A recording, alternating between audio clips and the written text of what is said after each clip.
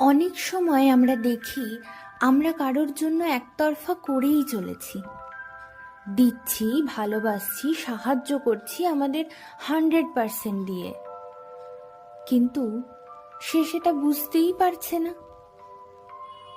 ধরুন, আপনি কাউকে 2 লিটার দুধ দিতে চাইলেন, কিন্তু তার কাছে তো মাত্র 1 লিটার ধারণ করার পাত্র আছে।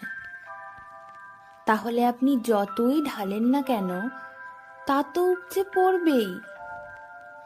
বরং সে ভাববে, এত কিছু দিচ্ছে কেন, এটা কি পাগলামি? আসলে ব্যাপারটা বোঝা দরকার।